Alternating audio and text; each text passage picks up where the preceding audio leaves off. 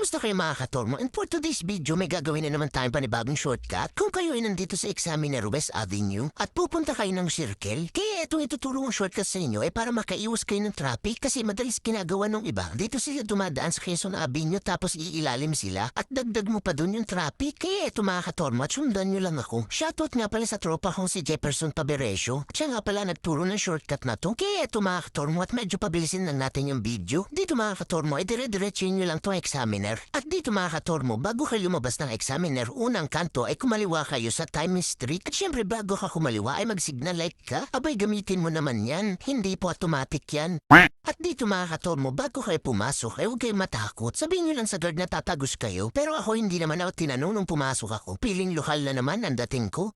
Ang galing! Ang galing! At oo nga pala kung mapapansin yan may butas dyan. At alam mo na siguro kung ano iingatan mo. Syempre yung itlog nyo.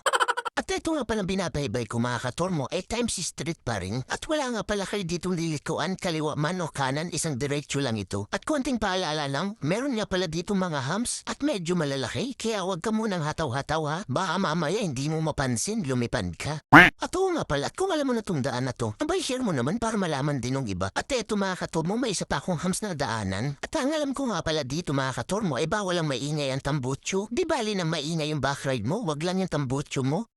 At nakita niyo naman medyo sip yung itlog natin dito kasi ang ganda ng kalsada naka-espalto. May mga kaunting butas lang na dapat yung iwasan. At eto mga katormo, natatanong ko na yung gate. Ito nga palang lalabasan natin ay EDSA. At kung pupunta ka ng SM Norte, pwede ka na mag-U-turn dyan. Dumiretso ka lang. Pero ako mga katormo ay dito dadaan. Papuntang Quezon Avenue palabas ng circle. At sana may natutunan kayo sa tinuro ko. Comment nyo naman kung shortcut ba o long cut to. Siyempre comment nyo rin kung saan yung next nating shortcut. So let's go!